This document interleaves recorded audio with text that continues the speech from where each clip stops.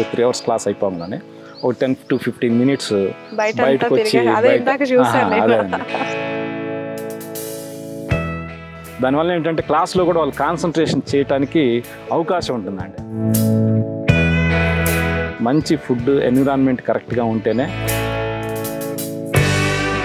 ఒక ఎడ్యుకేషనే కాకుండా మిగతా స్టూడెంట్ అదర్ యాక్టివిటీస్లో కూడా. హాయ్ హలో నమస్తే, welcome to cube TV network. నేను మీ శ్రావణి జర్నలిస్ట్. ఇప్పుడున్న జనరేషన్లో ప్రతి తల్లిదండ్రులు ఆలోచించేది ఏంటి? ఆహ్లాదకరమైన వాతావరణంలో ఒత్తిడి లేని చదువులు మా పిల్లలకి అందించాలి అని. దీనికోసమే ప్రతి పేరెంట్స్ ఆరాటపడుతూ ఉంటారు. అలాంటి మంచి వాతావరణంలో ఎవరు చదువు చెప్తున్నారు అని చెప్పి వెతుకులాట సర్చ్ చేస్తారు. 10th ఎగ్జామ్స్ రాశారంటే ఖచ్చితంగా వాళ్ళ ఇంటర్నెట్ బ్రౌజింగ్ అంతా కూడా మంచి కాలేజెస్ క్యాంపస్ ఎక్కడున్నాయి హైదరాబాద్లో అని. సో అలాంటి వన్ ఆఫ్ ద గ్రేటెస్ట్ ఇన్ఫ్రాస్ట్రక్చర్తో మన ముందుకు వచ్చింది NSR impulse knowledge park. The chairperson of N Seetharamaiah garu present మనతో ఉన్నారు. నాకైతే చాలా బాగా నచ్చిందండి క్యాంపస్. మీ అందరికీ క్యాంపస్ ఎంత అద్భుతంగా రన్ అవుతుందో చూపించడానికే ఈరోజు ఎన్ఎస్ఆర్ ఇంపల్స్లోకి వచ్చాము. నా వెనక కనిపిస్తూ ఉన్నదంతా కూడా క్యాంపసే. మళ్ళీ మీకు పూర్తి వీడియో నేను చూపిస్తాను. ముందైతే చైర్పర్సన్ సీతారామయ్య గారితో మాట్లాడదాం. సార్ నమస్తే, thank you for your time. Welcome to NSR impulse. Thank you sir, thank you so much. నేను ఇందాక చెప్పిన 2 మాటలు, ఆహ్లాదకరమైన వాతావరణం, ఒత్తిడి లేని చదువులు. నాకు తెలిసి ఈ 2 పదాలు ఇప్పుడున్న జనరేషన్కి చాలా చాలా ఇంపార్టెంట్ అని అనుకుంటున్నాను మీ మాటల్లో. ఎందుకనంటే ఇంత అద్భుతమైన ఇన్ఫ్రాస్ట్రక్చర్ ఇక్కడ బిల్డ్ చేయడం జరిగింది. కేవలం పిల్లలకి ఒక మంచి లైఫ్ 2 years ఇవ్వడం కోసం చాలా ఏర్పాట్లు చేశారు ఇక్కడ. చాలా అప్రిషియేట్ చేయాలనిపించింది ఈ విషయంలో. So me journey. Thank you madam. So ఈ ఎడ్యుకేషన్ ఫీల్డ్లో దాదాపుగా నాకు ఇది 27th ఇయర్ అండి. ఓ. సో 10 years బ్యాక్ నేను కార్పొరేట్ కాలేజీలో ఫిజిక్స్ ఫ్యాకల్టీగా ప్రిన్సిపల్గా వర్క్ చేశాను. సో అక్కడ ఏ అయితే లోపాలు ఉన్నాయో ఆ లోపాలు అనేవి ఈ కాలేజీలో ఉండకూడదు, మన కాలేజీలో ఉండకూడదు అనేటువంటి ఉద్దేశంతో మంచి ఆలోచనతో మేము 2015 నవంబర్లో కాలేజ్ స్టార్ట్ చేయటం జరిగిందండి. సో మా మెయిన్ మోటివ్ ఏంటంటే ఏ స్టూడెంట్, ఏ పేరెంట్ అయితే మన దగ్గరికి మనల్ని నమ్ముకొని ఇక్కడ ఎడ్యుకేషన్ కోసం స్టూడెంట్ నేస్తారో వాళ్ళకి 100% జస్టిస్ జరగాలనేటువంటి ఉద్దేశంతోనే మేము ఈ 2015లో మేము ఈ ఎన్ఎస్ఆర్ ఇంపల్స్ కాలేజ్ అనే దాన్ని ఎస్టాబ్లిష్ చేయటం జరిగిందండి. మా మెయిన్ మోటివ్ ఏంటంటే దూర ప్రాంతాల నుంచి ఇక్కడ చదువుకోవటానికి వచ్చినప్పుడు వాళ్ళకి 100% ఎడ్యుకేషన్లో మంచి ఫ్యాకల్టీతో టీచ్ చేయించటం, అదేవిధంగా అట్ ద సేమ్ టైం వాళ్ళు ఎంత మనీ అయితే స్పెండ్ చేస్తారో దాదాపుగా అంత మనీకి తగ్గ వర్త్ మనం ఇవ్వాలి అనేటువంటి ఉద్దేశంతోనే మేము ఎన్ఎస్ఆర్ ఇంపల్స్ అనేదాన్ని స్టార్ట్ చేసామండి. సో అదేవిధంగా ఒక్క ఎడ్యుకేషనే కాకుండా మిగతా ఎన్విరాన్మెంట్ కూడా స్టూడెంట్కి ఇవ్వాలి. ఒక కాలేజీలో చదువుతున్నంటే ఏదో ఓన్లీ బుక్స్ కోసమే వాళ్ళు పరిమితం కాకుండా డెఫినెట్గా ఒక మంచి ఎన్విరాన్మెంట్ స్టూడెంట్కి ఇవ్వాలనేటువంటి ఉద్దేశంతోనే లాస్ట్ ఇయర్ నుంచి మేము ఈ 4 acresలో ఒక మంచి క్యాంపస్ని ఎస్టాబ్లిష్ చేసి, సో నాట్ ఓన్లీ ఎడ్యుకేషన్తో పాటు వాళ్ళు ఆడుకోవడానికి cricket ground, at the same time volleyball ground, basketball ground, so కొద్దిగా ఎన్విరాన్మెంట్లో తిరగటానికి ఒక మంచి పార్క్ లాగా కూడా మేము ఈ కాలేజీలో ఎస్టాబ్లిష్ చేయడం జరిగిందండి. అంటే ఓవరాల్గా స్టూడెంట్కి ఒక ఎడ్యుకేషనే కాకుండా at the same time overall improvement అనేది స్టూడెంట్కి ఉండాలనేటువంటి ఉద్దేశంతో మేము లాస్ట్ ఇయర్ దీన్ని ఈ క్యాంపస్ని మనం ఎస్టాబ్లిష్ చేయడం జరిగిందండి. సో అది మా మెయిన్ మోటివ్. ఒక ఎడ్యుకేషనే కాకుండా మిగతా స్టూడెంట్ అదర్ యాక్టివిటీస్లో కూడా మంచిగా పార్టిసిపేట్ చేయాలి, వాడికి ఇంటిని మరిపించే విధంగా క్యాంపస్ అనేది ఉండాలి. సో ఇల్లు అనేది గుర్తు రాకూడదు, ఎందుకంటే చాలా దూరం నుంచి స్టూడెంట్స్ వస్తారు కాబట్టి వాళ్ళ పేరెంట్స్ ఇప్పటిదాకా 10th క్లాస్ దాకా వాళ్ళ ఓన్ విలేజెస్లోనో లేకపోతే టౌన్స్లో చదువుతారు. పేరెంట్స్ నుంచి ఫస్ట్ టైం దూరంగా వచ్చినప్పుడు ఇలాంటి ఎన్విరాన్మెంట్లో స్టూడెంట్ ఉంటే 100% మంచి ఎడ్యుకేషన్ మీద కాన్సన్ట్రేషన్ చేసి చదవగలడు అనేటువంటి ఉద్దేశంతో ఈ క్యాంపస్ అనేదాన్ని ఎస్టాబ్లిష్ చేసామండి. ఓకే సార్, ఏం గుర్తించారు? దాదాపు ఇంత వాస్ట్ ఎక్స్పీరియన్స్ ఉంది మీకు. ఈ 2 years చాలా క్రూషియల్ అని చెప్పి ప్రతి తల్లిదండ్రులు కూడా పిల్లలకి అదే చెప్తూ ఉంటారు. 2 years బాగా చదువు, బాగా ర్యాంక్ రావాలి, బాగా మార్కులు తెచ్చుకోవాలి అని. కానీ చదివే లోకమా పిల్లలకి? దానికి మించి మీరు గుర్తించిన అంశాలు? చదువు ఒక్కటే కాదండి, అట్ ద సేమ్ టైం ఈ మిగతా ఎన్విరాన్మెంట్ కూడా స్టూడెంట్కి అవసరం. అట్ ద సేమ్ టైం మన దగ్గర ఉండేది ఏంటంటే ఏ స్టూడెంట్ ఒకే రకంగా అందరు స్టూడెంట్స్ ఉండరండి. అందరికీ 100 మార్క్స్ రావు. డెఫినెట్గా కొంత బిలో యావరేజ్ స్టూడెంట్స్ ఉంటారు, అబవ్ యావరేజ్ స్టూడెంట్స్ ఉంటారు, యావరేజ్ స్టూడెంట్స్ ఉంటారు, ఎక్స్ట్రాడినరీ స్టూడెంట్స్ ఉంటారు.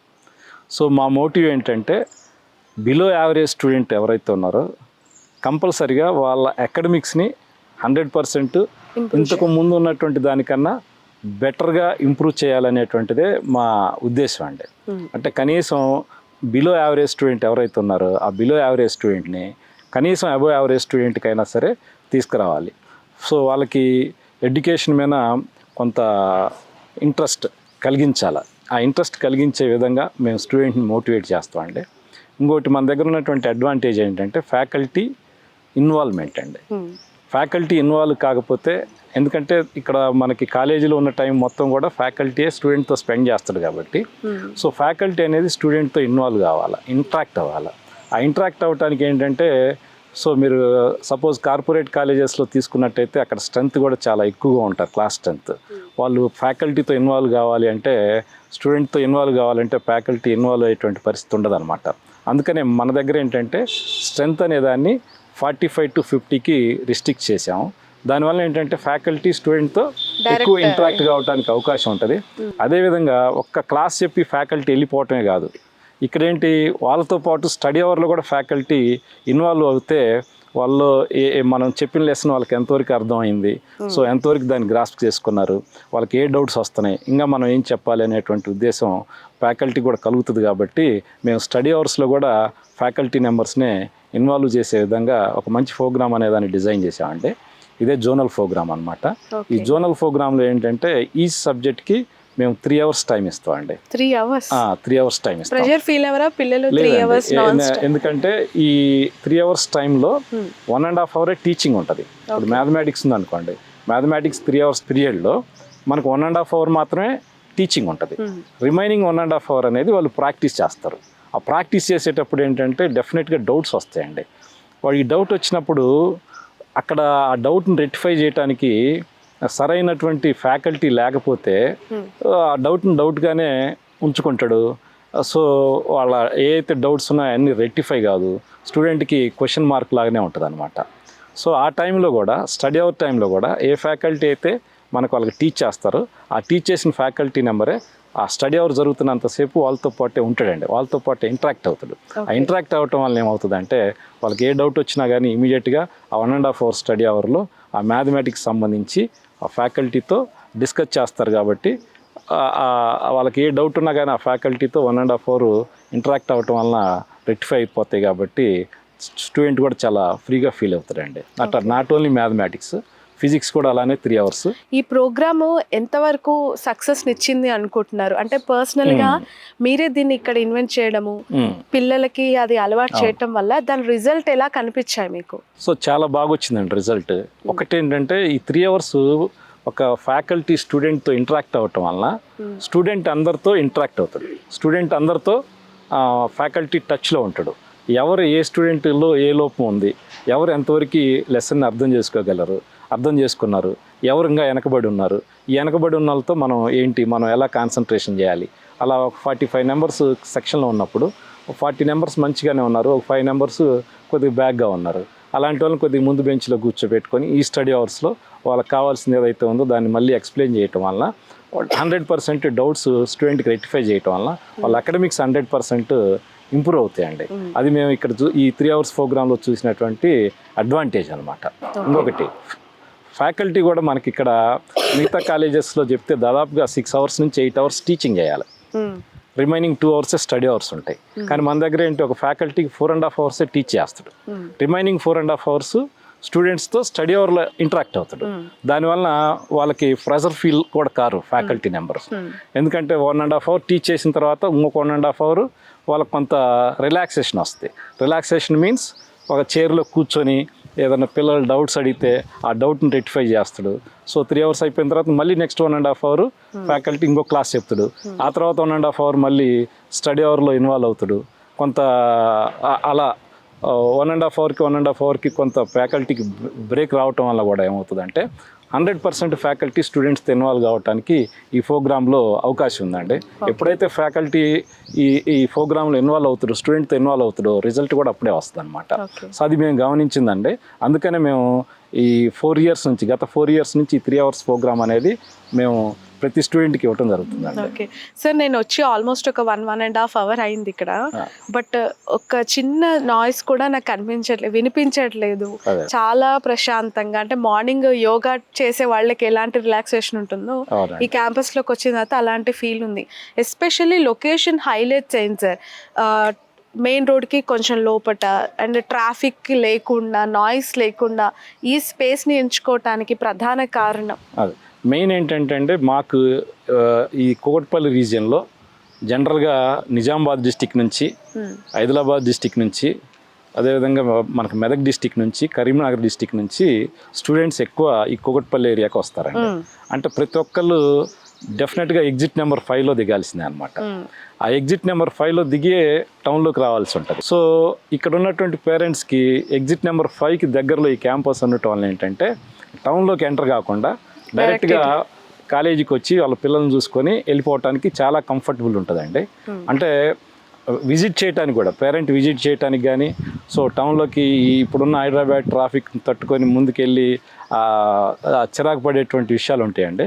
మన దగ్గర ఉన్నటువంటి అడ్వాంటేజ్ ఏంటంటే జస్ట్ మనకి 700 meters డిస్టెన్స్లో ఎగ్జిట్ నెంబర్ 5 ఉంది. మేము కాన్సన్ట్రేషన్ చేసేటువంటి ఏరియాస్ సంబంధించిన పేరెంట్స్ అందరూ కూడా ఎగ్జిట్ నెంబర్ 5 దగ్గరికి రావాలా. దానికి దగ్గరలో ఇది ఉండటం వల్ల ఏంటంటే కొంత పేరెంట్కి కూడా కంఫర్టబుల్ ఉంటుందండి ఇది. ఇంకోటి ఏంటంటే ఇప్పుడు టౌన్లో కాలేజెస్ ఉండటం వల్ల ఏంటంటే జస్ట్ ఒక అపార్ట్మెంట్ కల్చర్లో స్టూడెంట్ వర్టికల్ మోషనే ఉంటుందండి. కింద క్లాసెస్ ఉంటాయి, ఆ తర్వాత పైన అకామిడేషన్ ఉంటుంది. వాళ్ళు పైకి కిందకి తిరగటం తప్పితే బయట ఎన్విరాన్మెంట్కి స్టూడెంట్స్ దూరంగా ఉన్న ఫీలింగ్ ఉంటుందండి. సో అలాంటి ఎన్విరాన్మెంట్ పోగొట్టాలనేటువంటి ఉద్దేశంతో కూడా చాలా ఎక్స్పెన్సివ్ అయినా కానీ మేము ఇక్కడ ఈ 4 acres ఈ క్యాంపస్ అనే దాన్ని ఎస్టాబ్లిష్ చేసామండి. స్టూడెంట్ తృప్తి కాదు, ఫస్ట్ మా సాటిస్ఫాక్షన్ చాలా బాగుందండి. ఎందుకంటే స్టూడెంట్ క్లాస్ అయిపోగానే ఒక 3 hours క్లాస్ అయిపోగానే ఒక 10 to 15 minutes బయటకు వచ్చి బయట తిరగటం, కొద్దిగా ఫ్రీ అవటం, మళ్ళీ క్లాస్కి వెళ్ళటం, మళ్ళీ ఒక క్లాస్ అయిపోయిన తర్వాత మళ్ళీ కిందకి రావటం, ఇంకొక 15 minutes కొద్దిగా తిరగటం, అలా రిలాక్సేషన్ అనేది ఈ క్యాంపస్లో ఉంటుందండి. దాంతో మాకు కూడా చాలా హ్యాపీగా ఉందన్నమాట. ఒక మనిషికి సాటిస్ఫాక్షన్ అనేది ఒక మనీ రూపంలో రాదండి. సో వాళ్ళు పెడుతున్నటువంటి డబ్బులకి మనం 100% జస్టిస్ చేసినప్పుడే మనకి ఆ సాటిస్ఫాక్షన్ వస్తుందండి. ఇలా చూస్తున్నప్పుడు, అంటే ఇంతకుముందు మేము పెట్టినటువంటి క్యాంపస్లన్నీ కూడా అపార్ట్మెంట్ కల్చర్లో పెట్టినాయి అనమాట. దాంట్లో స్టూడెంట్కి ఫ్రీనెస్ లేదు. ఈ క్యాంపస్లో ఉన్నటువంటి స్టూడెంట్స్కి చాలా ఫ్రీగా క్లాస్ అయిపోగానే ఒక 15 minutes మళ్ళీ బయట తిరిగి అంతా ఈ ఎండకి ఈ వాతావరణానికి తిరిగి ఆ తర్వాత మళ్ళీ పోయి క్లాస్ వింటాం, మళ్ళీ రావటం. దానివల్ల ఏంటంటే క్లాస్లో కూడా వాళ్ళు కాన్సన్ట్రేషన్ చేయడానికి అవకాశం ఉంటుందండి. అందుకనే మీకు ఇక్కడ 1000 members చదువుకుంటున్నా కానీ ప్రింట్ ఆఫ్ సైలెంట్గా మెయింటైన్ అవుతుందంటే కారణం ఏంటంటే ఈ ఎన్విరాన్మెంట్ అండి మెయిన్. ఓకే సార్, ఎక్కువ మీ ఎన్ఎస్ఆర్ ఇంపల్స్కి సంబంధించి ఒక ఫ్లెక్సీ కానీ, బ్రాండింగ్ కానీ, ప్రమోషన్ యాక్టివిటీ చాలా సైలెంట్గా స్మూత్ ఫంక్షనింగ్ అయ్యింది ఇప్పటి వరకు కూడా. పెట్టి ఇన్ని ఇయర్స్ అయినా కూడా వచ్చి చదువుకుంటున్న వాళ్ళు వాళ్ళ ద్వారా వస్తున్న రిఫరెన్సెస్తోనే ఈ కాలేజ్ ఇలా రన్ అవుతూ ఉండడం. అసలు ఈ సక్సెస్ని ఎలా ఎంజాయ్ చేస్తున్నారు? ఏంటి మీ మోటో? ఎందుకు చాలా స్మూతర్ వేలో సైలెంట్ ఫంక్షనింగ్ చేసుకుంది ఎన్ఎస్ఆర్ ఇప్పటి వరకు? అవును మేడం, మాకు మెయిన్ ఎక్కడ కూడా మేము ఒక చిన్న బోర్డింగ్ కూడా ఎక్కడ పెట్టలేదండి. ఓన్లీ మాకు వస్తున్నటువంటి స్టూడెంట్స్ అందరూ కూడా మౌత్ టు మౌత్ అండి.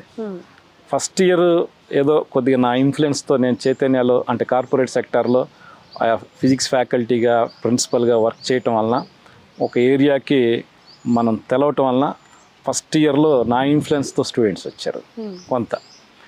అక్కడి నుంచి వచ్చేటువంటి స్టూడెంట్స్ అందరూ కూడా కంపల్సరిగా ఎడ్యుకేషన్ అనేది కరెక్ట్గా ఉంటేనే, మంచి ఫుడ్ ఎన్విరాన్మెంట్ కరెక్ట్గా ఉంటేనే 100% స్టూడెంట్ సాటిస్ఫై అయితేనే మన దగ్గరికి రాగలుగుతారండి. ఎందుకంటే మనకి ఎటువంటి పబ్లిసిటీ లేదు.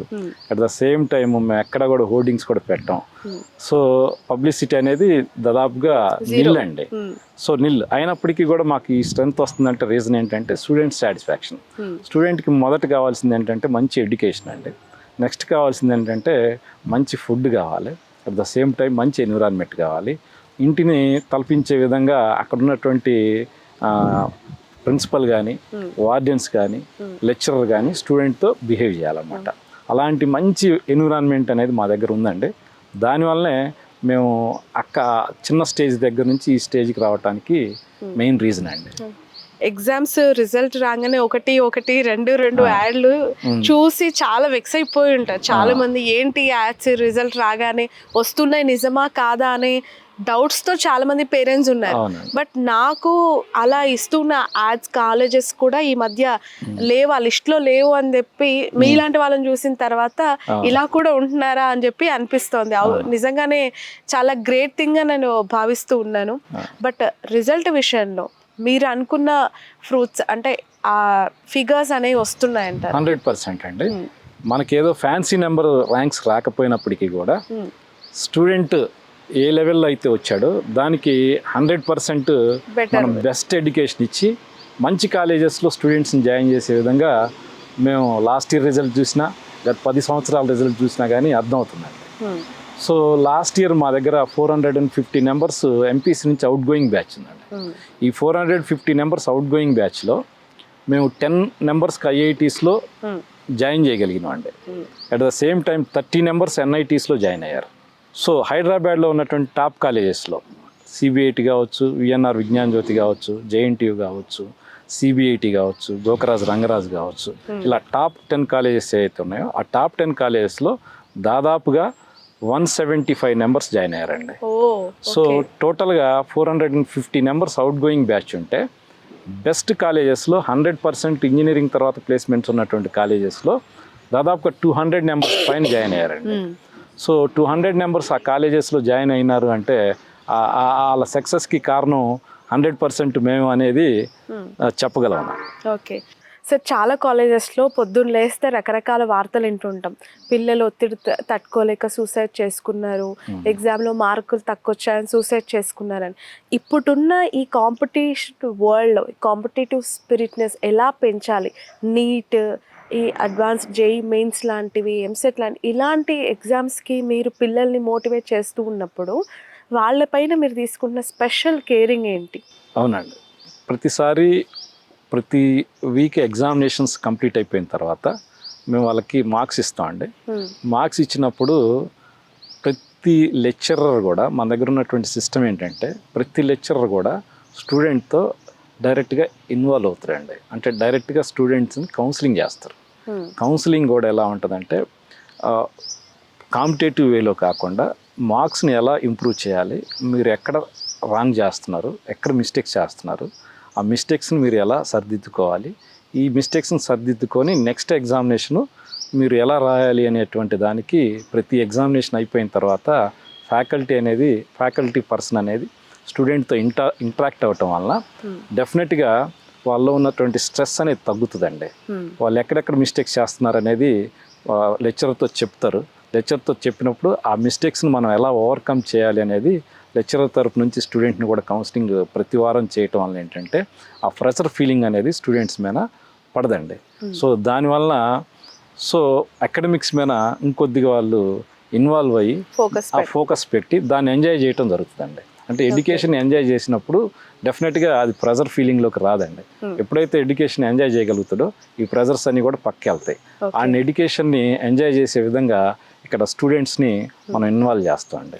సో దానివల్ల అలాంటి ప్రాబ్లమ్స్ అన్నీ లేకుండా ప్రశాంతంగా స్టూడెంట్ కూడా బుక్స్ మీద కాన్సన్ట్రేషన్ చేయడానికి మన దగ్గర అవకాశం ఉందండి. ఓకే సార్, ఇందులో ఈ కరికులం గురించి మీరు ఇంతకుముందు ఎక్స్ప్లెయిన్ చేశారు. బట్ చదువుకోవటానికి చాలా ఇంపార్టెంట్ ఆస్పెక్ట్ అయిన ప్రోగ్రామింగ్ విషయంలో మీరు ఇక్కడ స్పెషల్గా ఇన్వెన్షన్ చేసి మీకున్న ఎక్స్పీరియన్స్తో ఇంప్లిమెంట్ చేస్తూ ఉన్న 3 hours ప్రోగ్రామ్ ఏదైతే ఉందో అది ఎంతవరకు పిల్లల ఇంప్రూవ్మెంట్కి దోహదపడుతుంది? మార్క్స్ విషయంలో అది ఎంత యూజ్ అవుతుంది? ఏదైనా ఈ మనకి ఇప్పుడు ఇంటర్మీడియట్ ఎడ్యుకేషన్లో ఏంటంటే మేడం ఒక ఓన్లీ ఇంటర్మీడియట్కే కోచింగ్ మనం ఇవ్వట్లే, ఓన్లీ ఇంటర్మీడియట్కే కోచింగ్ ఇవ్వట్లే. జేఈ మెయిన్స్కి, అడ్వాన్స్డ్కి, ఎంసెట్కి కోచింగ్ ఇస్తున్నాం. ఎంపీసీ స్టూడెంట్స్కి, బైపీసీ స్టూడెంట్స్కి అయితే నీట్ ఓరియంటేషన్లో కోచింగ్ ఇస్తున్నాం అండి. నీట్లో కానీ, జేఈ మెయిన్స్లో కానీ, అడ్వాన్స్లో కానీ, ఎంసెట్లో కానీ వాళ్ళకి వచ్చేది ఏంటంటే ఆబ్జెక్టివ్ ఓరియంటేషన్ క్వశ్చన్స్ అడుగుతారు అక్కడ. ఆబ్జెక్టివ్ ఓరియంటేషన్ క్వశ్చన్స్ దాంట్లో అడిగేటప్పుడు మనం లెసన్ అలా చెప్పిన తర్వాత వాళ్ళు ప్రాక్టీస్ చేసే క్రమంలో వాళ్ళకి డౌట్స్ వస్తాయండి. ఆ డౌట్స్ని ఫ్యాకల్టీ చేత రెక్టిఫై చేయించగలిగితే ఈ ఏదైతే కాంపిటేటివ్ ఎగ్జామినేషన్స్ ఉన్నాయో ఆ కాంపిటేటివ్ ఎగ్జామినేషన్ వాళ్ళు ఈజీగా ఫేస్ చేయడానికి అవకాశం ఉంటుంది. ఒక లెక్చరర్ 1.5 అవర్లో అంతా చెప్పలేడండి. కొంతవరకు చెప్పగలుగుతాడు, కొంత హోంవర్క్ ఇవ్వగలుగుతాడు. ఆ హోంవర్క్ స్టూడెంట్ ఎప్పుడైతే ఓన్గా చేసుకోగలుగుతాడో అప్పుడే కాంపిటేటివ్ ఎగ్జామినేషన్స్లో మంచి మార్క్స్ తెచ్చుకోవడానికి అవకాశం ఉంటుందండి. ఎప్పుడైతే స్టూడెంట్ హోంవర్క్ చేసే టైంలో వాడు ఓన్గా ఆబ్జెక్టివ్ ఓరియంటేషన్ క్వశ్చన్స్ చేసేటప్పుడు డౌట్ వచ్చినప్పుడు ఆ డౌట్ని కూడా ఇమీడియట్గా రెక్టిఫై చేయడానికి ఫ్యాకల్టీని మనం వాడికి హెల్ప్గా ఎప్పుడైతే స్టడీ అవర్లో కూడా పెడుతున్నామో ఇమ్మీడియట్గా డౌట్ రెక్టిఫై అయిపోయి నెక్స్ట్ క్వశ్చన్కి వెళ్తుంది అనమాట. సో అలా వెళ్ళటం వల్ల ఏమవుతుందంటే ఎక్కువ క్వశ్చన్స్ వాడు కవర్ చేయగలుగుతాడు స్టడీ అవర్లో. అంటే ఫ్యాకల్టీ కొన్ని క్వశ్చన్స్ బోర్డు మీద కవర్ చేస్తాడు, కొన్ని ప్రాబ్లమ్స్ స్టూడెంట్ స్టడీ అవర్లో కూడా కవర్ చేయటం వల్ల ఈ ఎగ్జామినేషన్స్, ఈ కాంపిటేటివ్ ఎగ్జామినేషన్స్కి అయితే ఉన్నాయో ఆ కాంపిటేటివ్ ఎగ్జామినేషన్స్కి పోయేటప్పుడు ఎక్కువ సిలబస్ని స్టూడెంట్ స్టడీ అవర్లో కూడా కవర్ చేయటం వల్ల మనకి ఈ కాంపిటేటివ్ ఎగ్జామినేషన్స్లో ఎక్కువ మార్కులు తెచ్చుకోవడానికి మన దగ్గర మంచి స్కోప్ అనేది ఈ ప్రోగ్రాంలో ఉందండి. ఈ ప్రోగ్రామ్ మేము డెవలప్ చేసి 3 years అవుతుందండి. 3 years నుంచి కూడా మంచి రిజల్ట్ మేము ఈ ప్రోగ్రాంలో ఇన్వాల్వ్ అయినటువంటి స్టూడెంట్స్కి చూస్తున్నాం అనమాట. ఓకే సార్, మీకున్న వాస్ట్ ఎక్స్పీరియన్స్తో ఒక క్వశ్చన్ అడుగుతాను, దానికి మీరు ఆన్సర్ చేయండి. పిల్లలు చేస్తున్న తప్పిదాలు, పేరెంట్స్ సరిదిద్దాల్సిన అంశాలు, ఈ రెండింటి గురించి మీ మాటల్లో. పిల్లలు తప్పు చేస్తున్నటువంటి అంశాలు అంటే వేరే పిల్లలు చూసి వాళ్ళు ఏదో నాకు తక్కువ మార్కులు వచ్చాయని ఫీల్ అవ్వటమా, లేదంటే నేను ఇమీడియట్గా వాళ్ళకంటే ఎక్కువ అధిగమించాలని ఎక్కువగా థింక్ చేసి వాళ్ళు డల్ అయిపోవటమా, ఏం గుర్తించారు?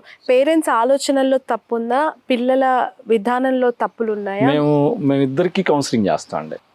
స్టూడెంట్కి కౌన్సిలింగ్ చేస్తాం, అగ్రెసివ్గా వచ్చేటువంటి పేరెంట్ కూడా కౌన్సిలింగ్ చేస్తాం.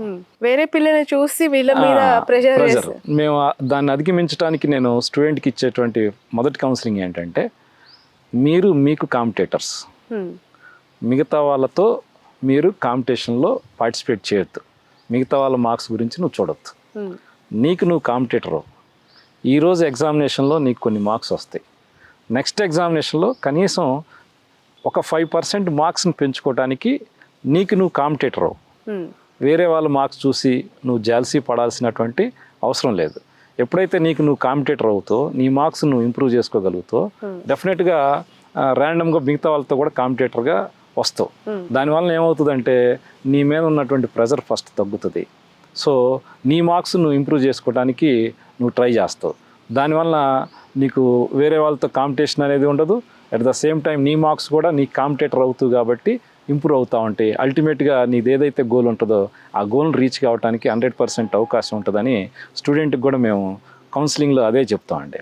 దానివల్ల ఏంటంటే వేరే వాళ్ళతో వాళ్ళ మార్క్స్ కంపేర్ చేసుకోవటం, లేకపోతే వేరే వాళ్ళతో పోల్చుకోవటం అది మానేస్తారు. దానివల్ల ఈ ప్రెజర్ ఫీలింగ్ అనేది కూడా ఉండదండి.